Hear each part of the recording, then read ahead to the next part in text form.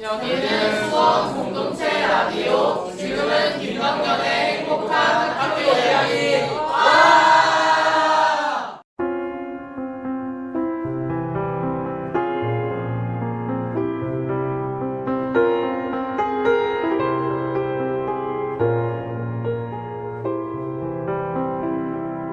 안녕하세요. 김덕년의 행복한 학교 이야기, 행복지기 김덕년입니다. 가을이 깊어갑니다. 오늘은 우리의 마음을 파고드는 두 작품을 만나보려 합니다. 바로 영화 타인의 삶과 소설 에펠탑을 폭파하라인데요. 최근 저는 이 두 작품을 만났습니다. 정신없이 빨려 들어가고 말았죠. 먼저 가을 노래 한 곡 듣고 본격적으로 이야기 나누어 보겠습니다. 김광석, 흐린 가을 하늘에 편지를 써.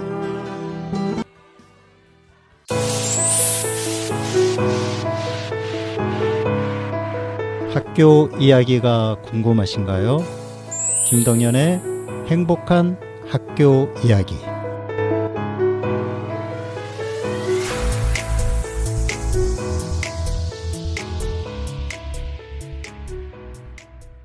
첫 곡, 흐린 가을 하늘에 편지를 써. 김광석 목소리로 보내드렸습니다. 오늘 소개하려는 영화 타인의 삶과 소설 에펠탑을 폭파하라가 참 닮았다는 생각을 합니다. 학교와 영화 코너에서 타인의 삶을, 교육도서관에서 에펠탑을 폭파하라를 소개하겠습니다.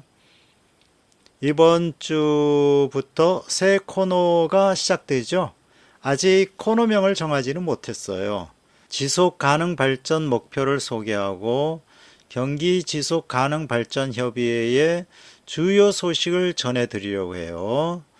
이 코너는 젊고 활기찬 성현지 간사님이 맡아주셨는데요. 코너명을 예쁘게 정해보시겠다고 하네요. 지금 여러분은 수원공동체 라디오 김덕년의 행복한 학교 이야기를 듣고 계십니다. 아직 코너명은 없지만 지속가능발전 목표가 무엇인지 간단하게 말씀드려 볼까요? 우리 모두가 살고 있는 지구는 정말 소중하죠. 그런데 지금처럼 계속 살아간다면 미래에는 어떤 일이 벌어질까요? 환경이 나빠지고 가난한 사람들은 더 많아지고 싸움도 끊이지 않을 수 있어요. 지속 가능 발전 목표는 바로 이런 문제를 막기 위해 전 세계 나라들이 힘을 합쳐 만든 약속이에요. 지구와 우리 모두가 더 나은 미래를 함께 만들자라는 다짐이죠.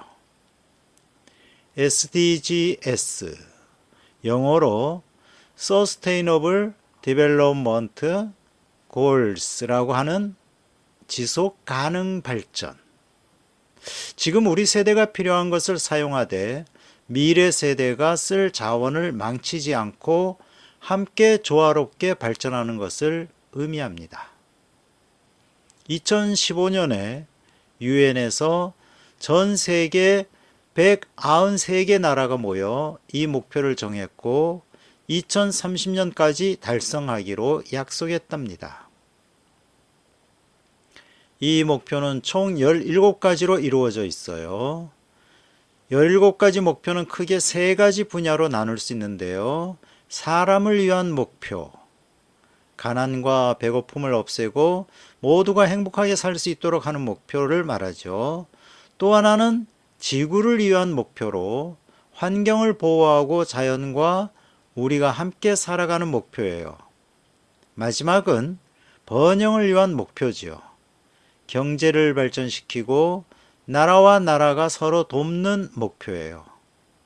SDGs는 아주 거창한 목표 같지만 사실 우리 일상 속에서 실천할 수 있는 작은 행동들이 모여서 만들어지는 거랍니다. 음악 한 곡 띄워드릴게요. 영화 원스에 삽입된 곡이기도 합니다. 글렌 한사드, 마르게타 이글로바, Falling Slowly 듣고 차원 기자의 교육 소식 만나고 오시죠.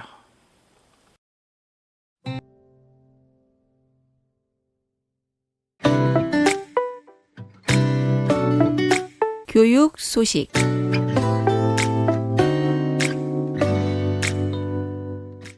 네, 차원 기자님 안녕하세요. 네, 안녕하세요. 교육언론창 기자 차원입니다. 반갑습니다. 네, 요즘 어떻게 지내세요? 요즘 우리 교육언론창에 큰 변화가 있었잖아요. 우리 윤근혁 네네. 기자가 가시고 전하름 기자가 새로 네, 오셨는데, 네네. 그러면서 사실 우리 윤근혁 기자님 굉장히 우리 교육 언론계의 큰, 거목이시고, 사실 그분이 페이스북에 한번 기사를 공유하기만 해도 수많은 분들이 기사를 보셨단 말이에요. 근데 이제는 이제 그분이 없기 때문에 우리가 새로운 활로를 한번 찾아보자 해서 교육언론창 공식 페이스북 페이지랑 인스타그램 계정을 제가 만들었습니다. 아, 페이스북하고 인스타그램에서 이제 또 만날 수 있다라는 거죠? 네, 그래서 페이스북에 이제 교육언론창 검색을 해보시면요, 제가 만들고 지금 운영하는 페이지가 뜹니다. 그래서 음, 거기에 교육언론창에 올라온 기사들을 PPT로 제가 작업을 해서 이렇게 썸네일과 함께 올리거든요. 그래서 음, 그거를 좋아요랑 팔로워 지금 아직 한 스물 몇 분 와 계신데요. 우리 선생님도 계시고요. 그래서 요거 좀 많이 페이지 좋아요랑 팔로우 해주셨으면 좋겠고, 인스타그램에 교육언론창 검색을 하시면은 또 제가 만든 계정이 뜨거든요. 이게, 제 친구들 위주로 주로 마케팅을 많이 해가지고, 일단 또 저희 톡방에도 올리니까 많은 분들이 벌써 팔로우를 해주셔서 85명 벌써 달성을 했는데요. 100명, 어, 팔로우, 세 자릿수, 될 수 있도록, 방송 들으시는 분들도 인스타그램 하시는 분들은, 꼭, 교육 언론창, 팔로우 하시는데 뭐 돈 들거나 하는 거 아니니까, 편한 마음으로 팔로우 해주시면은 제가 좋은 기사들 많이 이렇게 올리고 하도록 하겠습니다. 네. 네, 많은 분들이 뭐 구독해 주시고, 팔로우 신청해 주시면 좋겠네요. 네. 자, 오늘은 어떤 소식 전해 주실까요? 오늘은 제가 어제 영화 상영회 참석을 했는데요. 굉장히 특별한 영화입니다. 독립영화하고 부산국제영화제, 부국제 뭐 최고 권위를 가진 영화제인데 여기서 상도 4개나 받은 아주 훌륭한 영화입니다. 그래서 이 상영회 갔다 온 이야기, 영화 이야기 오늘 나눠드리려고 합니다. 들려주시죠. 네, 특성하고 현장 실습을 다룬 영화고요. 이란이 감독, 워낙 이 독립영화 쪽에서는 유명한 감독인데요. 이란이 감독이 메가폰을 잡은 그런 영화입니다. 3학년 이야기 한 영화고 어제 교육단체, 뭐 노동단체, 시민단체들 공동 주최로 해서 홍대 인디스페이스에서 상영회가 열려서 저도 가서 보고 왔는데요. 3학년 2학기를 학교가 아닌 곳에서 보내게 되는 학생들이 있죠. 뭐 공장이나 이런 데서 이제 중소기업 현장 실습생들의 이야기를 담은 그런 영화고요. 굉장히 담담하게 이 주인공 창우 유이하라는 배우가 역할을 했는데요. 고등학생이죠. 고등학생 역할을 해서 되게 잘 어울리더라고요. 그래서 저는 한 20대 배우가 아닌가. 보통 20살 초반이나 중반 정도 되는 분들이 고등학생 연기를 자주 하니까요. 했는데 서른이 넘으셨다고 해요. 이 배우가. 그래서 굉장히 동안이구나, 이렇게 생각을 했는데, 아무튼, 이 사회초년생 시기에 뭐 누구나 부족하고 또 실수하고 그러면 성장하고 하잖아요. 그런 시간들을, 굉장히 담담하게 보여주는 그런 영화입니다. 그래서 이쪽 업계 이쪽 업계에 계시지 않은 분들이 봐도 아무런 부담이나 그런 장벽 없이 볼 수 있겠다 이렇게 생각을 했습니다. 그래서 굉장히 차분하고 정돈된 톤으로 그러면서 영화를 보고 나면은 이 노동에 대해서 생명과 안전에 대해서 누구나 또 생각을 해볼 수 있게 만드는 그런 아주 폭이 넓고 중도 확장성이 있는 그런 좋은 영화더라고요. 오늘 선곡은요, 이 영화에 삽입되는 노래가 있어요. 울게 하소서라는 곡을 주인공 창우가 기타로 치는 장면이 영화에 나오는데요. 그래서 조수미가 부른 울게 하소서를 같이 한번 들어보고자 골라왔습니다. 네, 함께 감상하시죠. 오늘 수고 많으셨습니다. 고맙습니다. 네, 고맙습니다.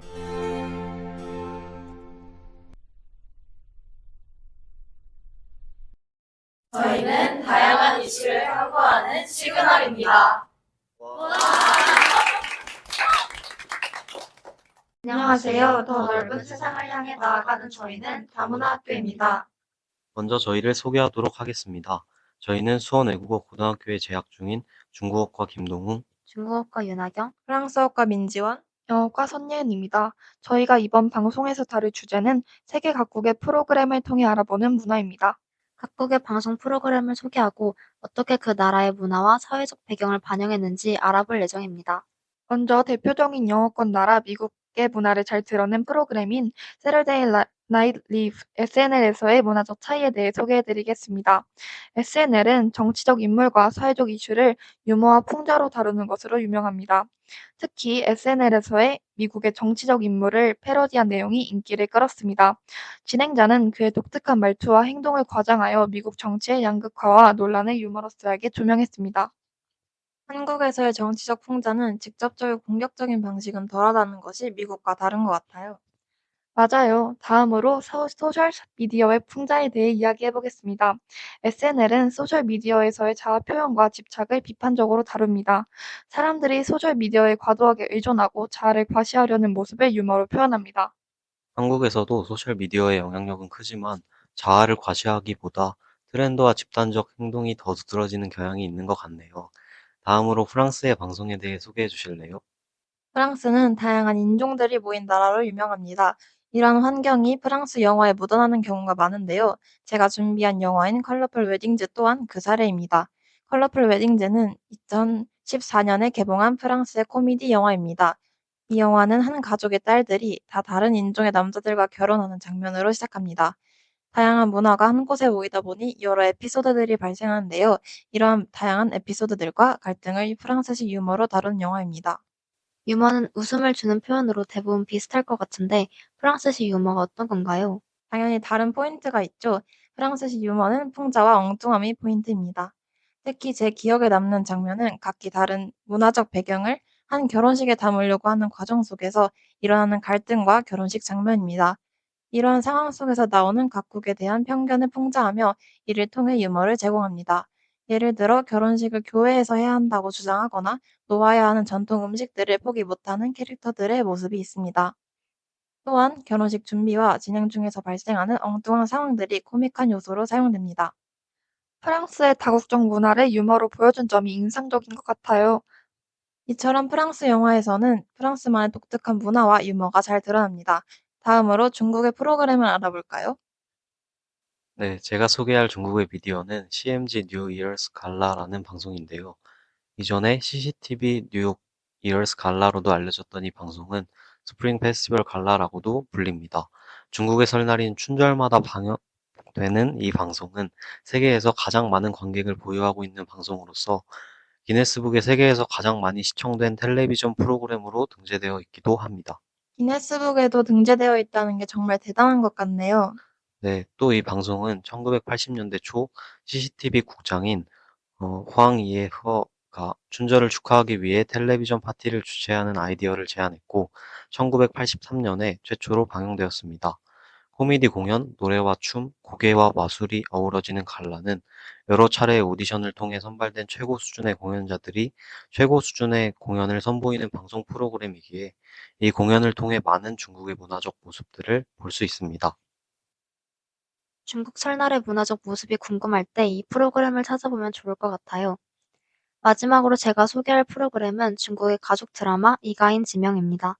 이가인 지명은 중국 후난이성 TV에서 2020년 하반기에 방영하며 많은 인기를 끌었던 드라마입니다. 이가인 지명은 혈연 관계가 아닌 세 사람이 남매가 되어가는 과정과 성인이 되어 진짜 가족이 되어가는 과정을 보여줍니다. 중국의 수능은 가오카오인데 이 드라마에서 리젠제는 수능을 보러 가는 오빠들에게 시험지를 받으면 바로 뽀뽀하라고 말합니다. 중국 수험생들은 시험지를 받으면 행운을 바란다는 마음으로 시험지에 입을 맞춘다고 합니다. 시험지에 입을 맞춘다니 중국에서만 볼 수 있는 특별한 문화가 잘 드러나 있는 영화 같아요. 그렇죠. 또한 이 드라마에는 중국 샤먼의 대표 요리인 완자를 허거에 넣어서 주인공과 가족이 함께 먹는 모습도 볼 수 있습니다. 그리고 드라마의 마지막 부분은 리아이 차오와 허메이가 결혼하게 되는데 중국에서 결혼하면 결혼 당사자들이 호적지 민정부에 가서 등기를 해 빨간색 결혼증을 발급받아야 결혼이 인정되는 문화를 보여주고 있습니다. 지금까지 미국, 프랑스, 중국의 트렌드한 미디어에 대해 더 자세히 살펴보며 각 나라의 다른 문화들에 대해 알아보았는데요. 다들 어떤 점을 느꼈나요? 저는 각 나라의 방송들이 비슷한 듯 하면서도 다른 점이 많아서 신기했어요. 중국의 드라마는 말로만 들어보고 실제로 찾아본 적은 없었는데 우리나라와 같이 생활상과 문화가 반영되어 있다는 점을 새롭게 알게 됐어요. 저는 미디어에서까지도 각 나라의 다른 문화가 드러난다는 점이 신기했고 더 자세히 찾아보고 싶다는 생각이 들었어요. 맞아요. 각국의 프로그램들을 알아보고 이를 통해 다양한 문화들까지 알 수 있어 좋은 경험이었던 것 같아요. 네, 그럼 마무리 해볼까요? 지금까지 김동우. 유나경, 민지원, 선예은이었습니다. 감사합니다. 차원 기자의 교육 소식에 이어 시그널 동아리의 세계 각국의 문화를 듣고 왔습니다. 선예은, 민지원, 김동웅, 윤하경 네 학생이 수고했네요. 지금 여러분은 수원공동체 라디오 김덕년의 행복한 학교 이야기를 듣고 계십니다. 학교와 영화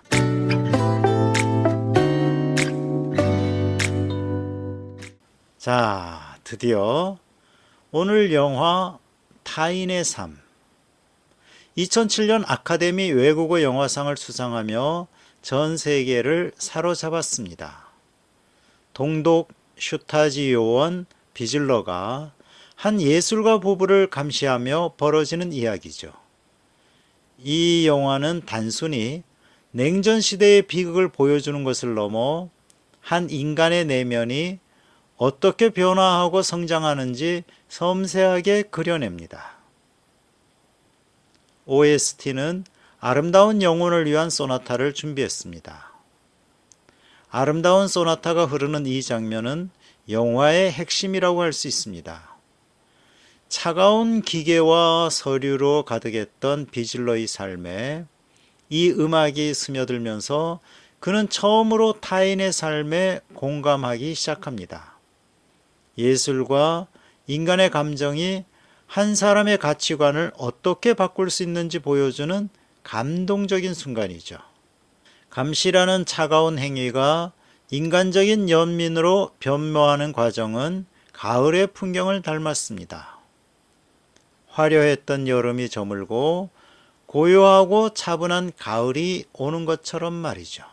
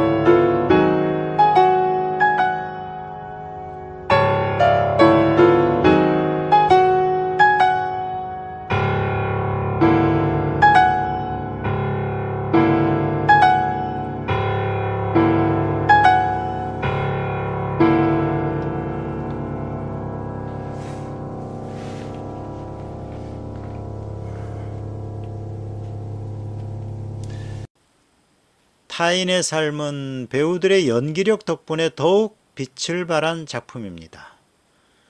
특히 극작가 드라이만 역의 울리 미해는 영화 개봉 직후 암으로 세상을 떠났는데요. 이 영화가 그의 마지막 작품이 되었습니다. 그는 실제로 동독 시절 슈타지의 감시를 받았고 아내가 그를 감시했다는 충격적인 사실을 알게 되었다고 합니다. 이 때문에 영화 속 그의 연기는 더욱 진실되고 처절하게 다가옵니다. 준비하고 있는 OST는 리니엔 슈트라셰. 이 곡은 영화의 긴장감을 고조시키는 데 중요한 역할을 합니다.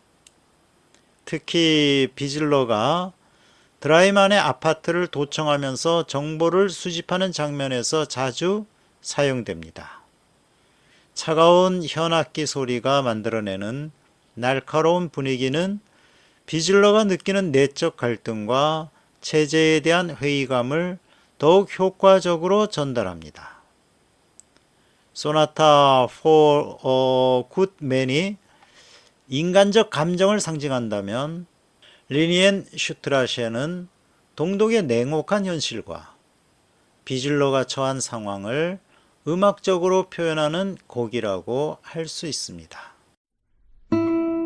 모두 영화 음악의 거장인 가브리엘 야레드가 작곡했으며 영화의 감성적 깊이를 더하는 데 결정적인 역할을 합니다. 타인의 삶은 시대를 담고 있지만 결국 인간의 보편적인 감정을 다루고 있기에 시간이 흘러도 깊은 감동을 선사하는 것 같습니다. 저는 마지막 장면이 인상적이었는데요. 비즐러가 드라이만의 타자기를 동독 당국 몰래 빼돌리는 장면이 있습니다. 드라이만은 통일된 후 자신의 감시 정보를 읽고 나서야 비즐러의 존재를 알게 되죠. 그래서 그는 자신의 책에 서명을 남깁니다. 요원 이름인 HGWXX-7. 비즐러는 서점에서 이 서명을 발견하고 나를 위한 책이라며 구입해서 돌아옵니다. OST HGWXX-7 메인 테마 곡을 보내드립니다. 지금 여러분은 수원공동체 라디오 김덕년의 행복한 학교 이야기를 듣고 계십니다. 교육 도서관.